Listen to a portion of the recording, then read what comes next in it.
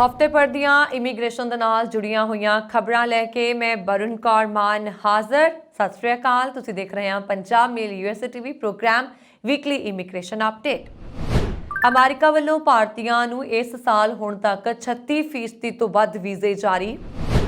ਭਾਰਤੀਆਂ ਲਈ ਅਮਰੀਕਾ ਤੋਂ ਆਈ ਖੁਸ਼ਖਬਰੀ, ਹੁਣ H1B ਸਟੈਂਪਿੰਗ ਇੰਟਰਵਿਊ ਦੇ ਵਿੱਚ ਲੱਗੇਗਾ ਘੱਟ ਸਮਾਂ। ਗੈਰ ਕਾਨੂੰਨੀ ਪ੍ਰਵਾਸੀਆਂ ਨੂੰ ਕੈਨੇਡਾ ਆਉਣ ਦੀ ਹੱਲਾਸ਼ੇਰੀ ਦੇ ਰਹੇ ਟਰੂਡੋ ਪਾਇਲੈਵਰਾ ਦਾ ਬਿਆਨ। ਗੈਰ ਕਾਨੂੰਨੀ ਪ੍ਰਵਾਸੀਆਂ ਦਾ ਦਾਖਲਾ ਰੋਕਣ ਦੇ ਲਈ ਕੈਨੇਡਾ ਸਰਕਾਰ ਗੰਭੀਰ, ਪ੍ਰਧਾਨ ਮੰਤਰੀ ਟਰੂਡੋ ਦਾ ਬਿਆਨ। ਏਅਰ ਕੈਨੇਡਾ ਨੇ ਮੁਸਾਫਰਾਂ ਦੀ ਸਹੂਲਤ ਵਾਸਤੇ ਪੇਸ਼ ਕੀਤੀ ਨਵੀਂ ਤਕਨੀਕ। ਨਿਊਜ਼ੀਲੈਂਡ ਨੇ ਪ੍ਰਵਾਸੀ ਕਾਮਿਆਂ ਲਈ ਖੋਲ੍ਹਿਆ ਨਵਾਂ ਰਾਹ, 6 ਮਹੀਨੇ ਲਈ ਨਵਾਂ ਵਿਸ਼ੇਸ਼ ਵਰਕ ਵੀਜ਼ਾ ਸ਼ੁਰੂ।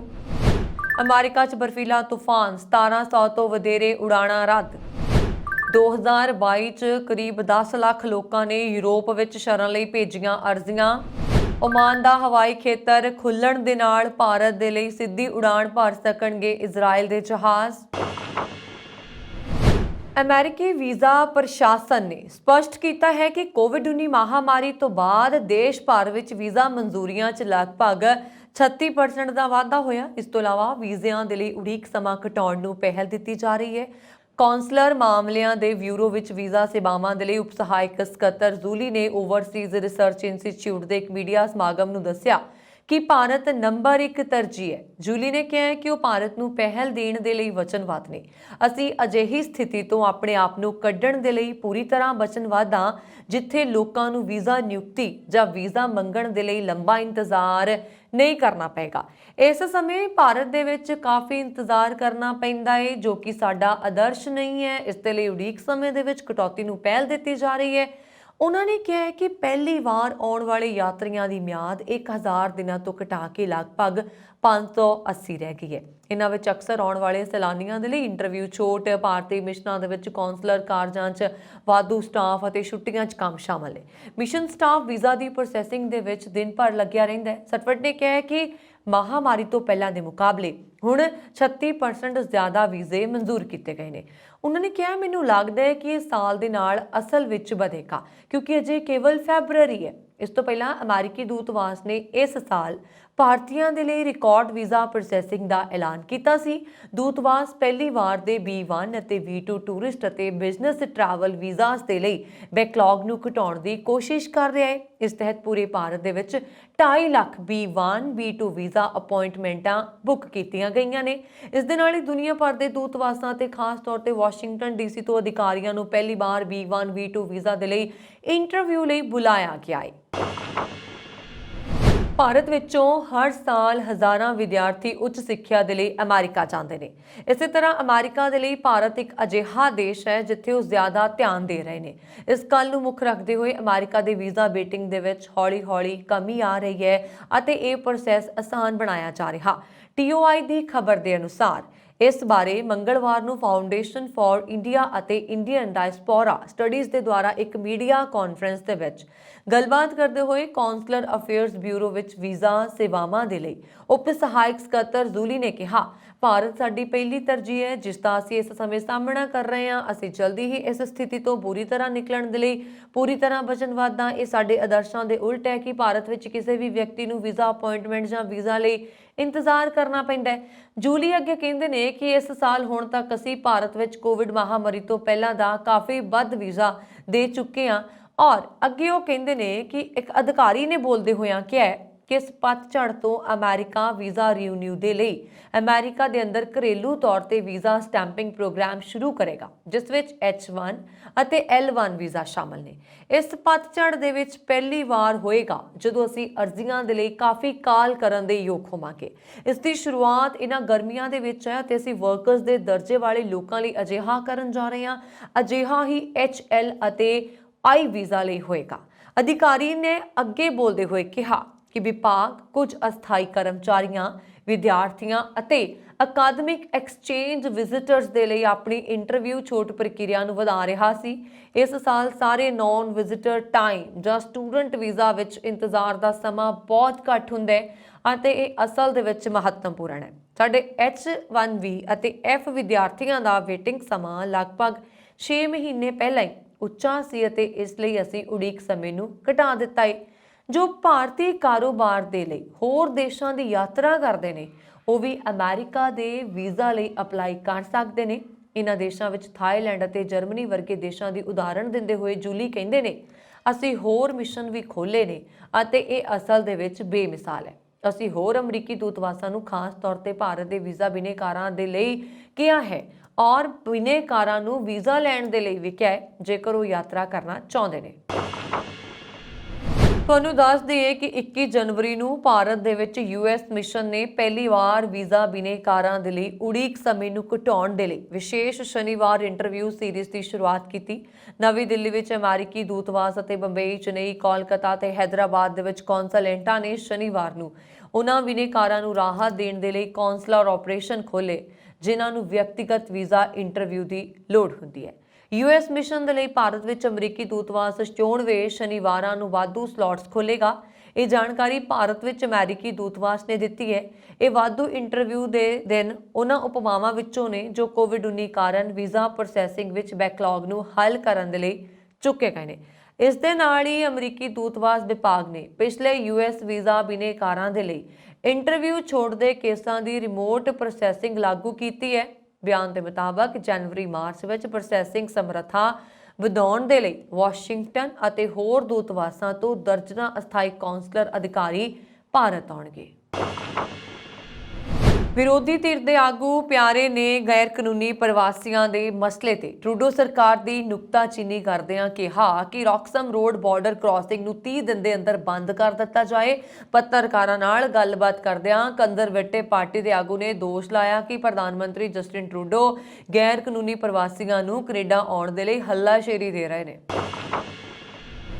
ਗੈਰ ਕਾਨੂੰਨੀ ਪ੍ਰਵਾਸੀਆਂ ਦਾ ਕੈਨੇਡਾ ਵਿੱਚ ਦਾਖਲਾ ਰੋਕਣ ਦੇ ਲਈ ਫੈਡਰਲ ਸਰਕਾਰ ਗੰਭੀਰਤਾ ਨਾਲ ਕੰਮ ਕਰ ਰਹੀ ਹੈ ਅਤੇ ਇਸ ਮਕਸਦ ਦੇ ਲਈ ਰੌਕਸਮ ਰੋਡ ਬਾਰਡਰ ਕ੍ਰਾਸਿੰਗ ਬੰਦ ਕੀਤਾ ਜਾ ਸਕਦਾ ਹੈ। ਪ੍ਰਧਾਨ ਮੰਤਰੀ ਜਸਟਿਨ ਟਰੂਡੋ ਨੇ ਕਿਹਾ ਕਿ ਅਮਰੀਕਾ ਦੇ ਨਾਲ ਹੋਈ ਸੁਰੱਖਿਅਤ ਤੀਜਾ ਮੁਲਕ ਸੰਧੀ ਬਾਰੇ ਮੁੜ ਗੱਲਬਾਤ ਕੀਤੀ ਜਾ ਰਹੀ ਹੈ, ਪਰ ਕੈਨੇਡਾ ਦੇ ਵਿੱਚ ਅਮਰੀਕਾ ਦੇ ਰਾਜਦੂਤ ਡੇਵਿਡ ਦਾ ਕਹਿਣਾ ਹੈ ਕਿ ਸੰਧੀ ਦੇ ਵਿੱਚ ਕਿਸੇ ਤਬਦੀਲੀ ਦੇ ਨਾਲ ਸਮੱਸਿਆ ਹੱਲ ਨਹੀਂ ਹੋਣੀ। ਦੁਨੀਆ ਦੀਆਂ 에ਅਰਲਾਈਨਸ ਅਤੇ 에ਅਰਪੋਰਟਸ ਦੇ ਵੱਲੋਂ ਮੁਸਾਫਰਾਂ ਦੀ ਸਹੂਲਤ ਵਾਸਤੇ ਨਵੀਆਂ ਤਕਨੀਕਾਂ ਲਾਗੂ ਕਰਨ ਤੇ ਵਿਚਾਰ ਕੀਤਾ ਜਾ ਰਿਹਾ ਹੈ ਅਤੇ ਇਸੇ ਤਹਿਤ ਇੱਕ ਕਦਮ ਅੱਗੇ ਵਧਾਉਂਦਿਆਂ 에ਅਰ ਕੈਨੇਡਾ ਦੇ ਵੱਲੋਂ ਆਪਣੇ ਮੁਸਾਫਰਾਂ ਨੂੰ ਬਗੈਰ ਬੋਰਡਿੰਗ ਪਾਸ ਤੋਂ ਜਹਾਜ਼ ਤੱਕ ਪਹੁੰਚਾਉਣ ਦਾ ਉਪਰਾਲਾ ਕੀਤਾ ਗਿਆ ਹੈ। ਜੀ ਹਾਂ, ਵੈਨਕੂਵਰ ਹਵਾਈ ਅੱਡੇ ਤੇ ਡਿਜੀਟਲ ਆਇਡੈਂਟੀਫਿਕੇਸ਼ਨ ਦੀ ਵਰਤੋਂ ਸ਼ੁਰੂ ਹੋ ਚੁੱਕੀ ਹੈ ਅਤੇ ਹੌਲੀ-ਹੌਲੀ ਕੈਨੇਡਾ ਦੇ ਬਾਕੀ ਹਵਾਈ ਅੱਡਿਆਂ ਤੇ ਵੀ ਇਸ ਨੂੰ ਲਾਗੂ ਕਰ ਦਿੱਤਾ ਜਾਏਗਾ। ਨਿਊਜ਼ੀਲੈਂਡ ਵਿੱਚ ਲੇਬਰ ਪਾਰਟੀ ਦੀ ਸਰਕਾਰ ਨੇ ਅਹਿਮ ਫੈਸਲਾ ਲੈਂਦਿਆਂ ਨਵੀਂ ਵੀਜ਼ਾ ਸ਼੍ਰੇਣੀ ਤਹਿਤ ਪ੍ਰਵਾਸੀ ਕਾਮਿਆਂ ਨੂੰ ਕੰਮ ਕਰਨ ਵਾਸਤੇ ਰਿਕਵਰੀ ਵਰਕ ਵੀਜ਼ਾ ਦੇਣ ਦਾ ਐਲਾਨ ਕੀਤਾ, ਜਿਸ ਵਾਸਤੇ ਭਾਰਤ ਵਿੱਚ ਬੈਠੇ ਲੋਕ ਵੀ ਅਪਲਾਈ ਕਰ ਸਕਦੇ ਨੇ। ਵਿਸ਼ੇਸ਼ ਗੱਲ ਇਹ ਹੈ ਕਿ ਫਾਸਟ ਟਰੈਕ ਵਰਕ ਵੀਜ਼ਾ ਅਰਜ਼ੀ ਦੇਣ ਤੋਂ ਬਾਅਦ 7 ਦਿਨਾਂ 'ਚ ਪੜਤਾਲ ਕਰਕੇ ਯੋਗ ਉਮੀਦਵਾਰਾਂ ਨੂੰ ਵੀਜ਼ਾ ਜਾਰੀ ਕਰ ਦਿੱਤਾ ਜਾਏਗਾ ਅਤੇ ਸਫਲ ਉਮੀਦਵਾਰਾਂ ਨੂੰ $700 ਇਮੀਗ੍ਰੇਸ਼ਨ ਫੀਸ ਵੀ ਵਾਪਸ ਕਰ ਦਿੱਤੀ ਜਾਏਗੀ। ਇਮੀਗ੍ਰੇਸ਼ਨ ਮੰਤਰੀ ਮਾਈਕਲ ਨੇ ਐਲਾਨ ਕਰਦਿਆਂ ਕਿਹਾ ਕਿ ਇਹ ਰਿਕਵਰੀ ਵੀਜ਼ਾ ਸ਼੍ਰੇਣੀ ਨਿਊਜ਼ੀਲੈਂਡ ਵਿੱਚ ਆਏ ਗੈਬਰੀਅਲ ਸਾਈਕਲੋਨ ਅਤੇ ਹੜ੍ਹਾਂ ਨਾਲ ਨੁਕਸਾਨੇ ਬੁਨਿਆਦੀ ਢਾਂਚੇ ਨੂੰ ਮੁੜ ਉਸਾਰਨ ਦੇ ਉਦੇਸ਼ ਨਾਲ ਹੋਂਦ 'ਚ ਲਿਆਂਦੀ ਗਈ ਹੈ। ਜਿਵੇਂ ਸਾਲ 2011 'ਚ ਕ੍ਰਾਈਸਟਚਰਚ ਸ਼ਹਿਰ 'ਚ ਆਏ ਭੂਚਾਲ ਤੋਂ ਬਾਅਦ ਨੁਕਸਾਨ ਦੀ ਭਰਪਾਈ ਦੇ ਲਈ ਨੈਸ਼ਨਲ ਪਾਰਟੀ ਦੀ ਸਰਕਾਰ ਨੇ ਅਰਥਕੁਏਕ ਰਿਕਵਰੀ ਪ੍ਰੋਗਰਾਮ ਵਾਸਤੇ ਨਵੀਂ ਵੀਜ਼ਾ ਸ਼੍ਰੇਣੀ ਹੋਂਦ 'ਚ ਲਿਆਂਦੀ ਸੀ। ਇਸ ਵਾਸਤੇ ਅਰਜ਼ੀਆਂ ਦੇਣ ਦੇ ਲਈ ਸ਼ੁੱਕਰਵਾਰ ਤੋਂ ਕੰਮ ਸ਼ੁਰੂ ਹੋ ਗਿਆ ਅਤੇ ਅਗਲੇ 6 ਮਹੀਨੇ ਤੱਕ ਜਾਰੀ ਰਹੇਗਾ। ਉਹਨਾਂ ਨੇ ਦੱਸਿਆ ਕਿ ਸਰਕਾਰ ਦਿੱਤੇ ਹੋਏ ਸਮੇਂ 'ਚ ਵੀਜ਼ਾ ਪ੍ਰਕਿਰਿਆ ਮੁਕੰਮਲ ਕਰਨ ਦੇ ਲਈ ਵਾਧੂ ਸਟਾਫ ਦੇਣ ਵਾਸਤੇ ਇਮੀਗ੍ਰੇਸ਼ਨ ਵਿਭਾਗ ਦੇ ਨਾਲ ਮਿਲ ਕੇ ਕੰਮ ਕਰ ਰਹੀ ਹੈ। ਨਵੇਂ ਵਰਕ ਵੀਜ਼ਾ ਦਾ ਐਲਾਨ ਤੋਂ ਬਾਅਦ ਇਮੀਗ੍ਰੇਸ਼ਨ ਮਾਮਲਿਆਂ ਦੇ ਨਾਲ ਸੰਬੰਧਿਤ ਫਰਮ ਲੀਗਲ ਐਸੋਸੀਏਟ ਦੇ ਪ੍ਰਿੰਸੀਪਲ ਸੋਲਿਸਿਟਰ ਨੇ ਵੇਰਵੇ ਸਾਹਿਤ ਦੱਸਿਆ ਕਿ ਕੰਸਟਰਕਸ਼ਨਸ ਕੰਪਨੀਆਂ, ਕਾਮੇ ਮੁਹੱਈਆ ਕਰਵਾਉਣ ਵਾਲੇ ਠੇਕੇਦਾਰ ਅਤੇ ਛੋਟੇ ਠੇਕੇਦਾਰ ਵੀ ਵਿਦੇਸ਼ਾਂ ਤੋਂ ਕਾਮੇ ਮੰਗਵਾ ਸਕਣਗੇ, ਜਿਸ ਵਾਸਤੇ ਕਾਮਿਆਂ ਦੀ ਕੋਈ ਵਿਦਿਅਕ ਯੋਗਤਾ ਅਤੇ ਤਜਰਬੇ ਦੀ ਜ਼ਰੂਰਤ ਨਹੀਂ ਹੈ। ਉਹਨਾਂ ਨੇ ਦੱਸਿਆ ਕਿ ਨਵੀਂ ਵੀਜ਼ਾ ਸ਼੍ਰੇਣੀ ਤਹਿਤ ਪਹਿਲਾਂ ਵਾਂਗ ਐਕਰੀਡੇਟਡ EMPLOYER ਹੋਣ ਦੀ ਸ਼ਰਤ ਜ਼ਰੂਰੀ ਨਹੀਂ ਹੈ ਤੇ ਲੇਬਰ ਮਾਰਕੀਟ ਟੈਸਟ ਵੀ ਨਹੀਂ ਚਾਹੀਦਾ ਔਰ ਭਾਵ ਕਈ ਤਰ੍ਹਾਂ ਦੀ ਛੋਟਾਂ ਦਿੱਤੀਆਂ ਗਈਆਂ ਨੇ ਤਾਂ ਜੋ ਕੋਈ ਵੀ ਕੰਪਨੀ ਲੋੜ ਦੇ ਅਨੁਸਾਰ ਕਾਮੇ ਵਿਦੇਸ਼ਾਂ ਤੋਂ ਬੁਲਾ ਸਕੇ। ਜਿਵੇਂ ਕਿ ਹੜ੍ਹਾਂ ਦੇ ਨਾਲ ਨੁਕਸਾਨੇ ਘਰਾਂ ਦੇ ਬੀਮੇ ਦਾ ਮੁਲਾਂਕਣ ਕਰਨ ਵਾਲੇ ਮਾਹਿਰ, ਘਰਾਂ ਦੀ ਸਫਾਈ ਵਾਲੇ ਕਾਮੇ, ਪੇਂਟਰ, ਉਸਾਰੀ ਦੇ ਕੰਮ ਦੇ ਲਈ ਡਿਗ ਡਰਾਈਵਰ, ਬਾਗਾਂ ਦੇ ਨੁਕਸਾਨੇ ਦਰਖਤਾਂ ਦੀ ਸਫਾਈ ਕਰਨ ਵਾਲੇ ਕਾਮਿਆਂ ਸਮੇਤ ਅਜਿਹੇ ਕਾਮੇ ਬੁਲਾਏ ਜਾ ਸਕਣਗੇ ਜੋ ਹੜ੍ਹਾਂ ਦੇ ਨਾਲ ਹੋਈ ਬਰਬਾਦੀ ਦੀ ਸਾਫ਼ ਸਫਾਈ ਅਤੇ ਮੁੜ ਉਸਾਰੀ 'ਚ ਯੋਗਦਾਨ ਪਾ ਸਕਦੇ ਹੋਣ।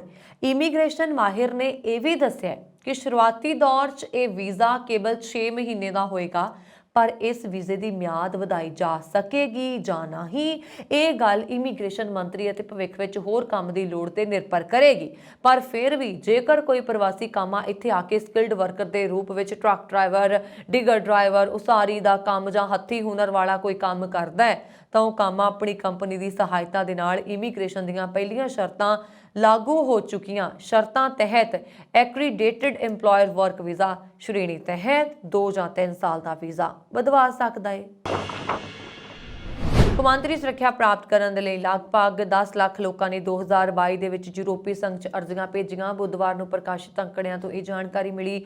ਸਾਲ 2015-16 ਦੇ ਸ਼ਰਨਾਰਥੀ ਸੰਕਟ ਤੋਂ ਬਾਅਦ ਇਹ ਸਭ ਤੋਂ ਵੱਡੀ ਗਿਣਤੀ ਹੈ। ਸ਼ਰਨਾਰਥੀਆਂ ਦੇ ਲਈ ਯੂਰਪੀ ਸੰਘ ਦੀ ਏਜੰਸੀ ਨੇ ਕਿਹਾ ਕਿ ਯੂਰਪੀ ਸੰਘ ਦੇ 27 ਦੇਸ਼ਾਂ ਅਤੇ ਨਾਰਵੇ ਅਤੇ ਸਵਿਟਜ਼ਰਲੈਂਡ ਦੇ ਵਿੱਚ ਸ਼ਰਨ ਪਾਉਣ ਦੇ ਲਈ ਲਗਭਗ 9,66,000 ਅਰਜ਼ੀਆਂ ਪ੍ਰਾਪਤ ਹੋਈਆਂ ਨੇ, ਜੋ 2021 ਤੋਂ 50% ਜ਼ਿਆਦਾ ਹੈ।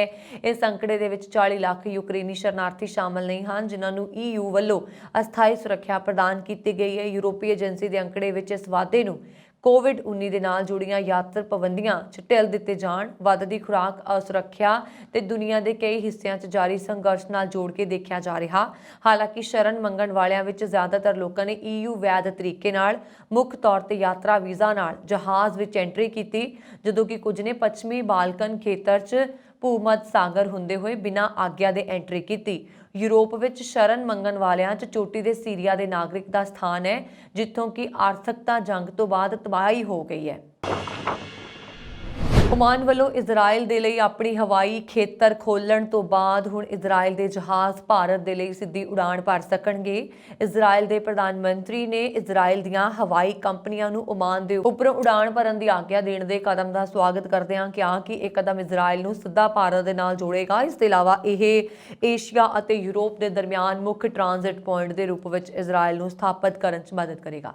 ਉਹਨਾਂ ਨੇ ਕਿਹਾ ਕਿ ਇਜ਼ਰਾਈਲ ਦੇ ਹਵਾਈ ਖੇਤਰ ਦੇ ਲਈ ਵੱਡਾ ਦਿਨ ਹੈ। ਉਹਨਾਂ ਨੇ ਕਿਹਾ ਕਿ 2018 ਓਮਾਨ ਦੇ ਦੌਰੇ ਤੋਂ ਬਾਅਦ ਉਹਨਾਂ ਨੇ ਆਪਣੇ ਦੇਸ਼ ਦੇ ਜਹਾਜ਼ਾਂ ਨੂੰ ਓਮਾਨ ਦੇ ਹਵਾਈ ਖੇਤਰ ਦੀ ਆਗਿਆ ਦਿਵਾਉਣ ਦੇ ਲਈ ਕੰਮ ਕੀਤਾ ਤਾਂ ਜੋ ਸਿੱਧੇ ਭਾਰਤ ਤੇ ਆਸਟ੍ਰੇਲੀਆ ਪਹੁੰਚਿਆ ਜਾ ਸਕੇ। ਇਸ ਸਨ ਇਮੀਗ੍ਰੇਸ਼ਨ ਦੇ ਨਾਲ ਜੁੜੀਆਂ ਹੋਈਆਂ ਕੁਝ ਅਪਡੇਟਸ। ਵਰੁਣ ਕੌਰ ਮਾਨ ਨੂੰ ਦਿਓ ਆਗਿਆ ਤੇ ਸਾਡਾ YouTube channel Punjab Mail USA ਜ਼ਰੂਰ ਸਬਸਕ੍ਰਾਈਬ ਕਰ ਦਿਓ ਜੀ। ਸ਼ੁਕਰੀਆ, ਸਤਿ ਸ਼੍ਰੀ ਅਕਾਲ।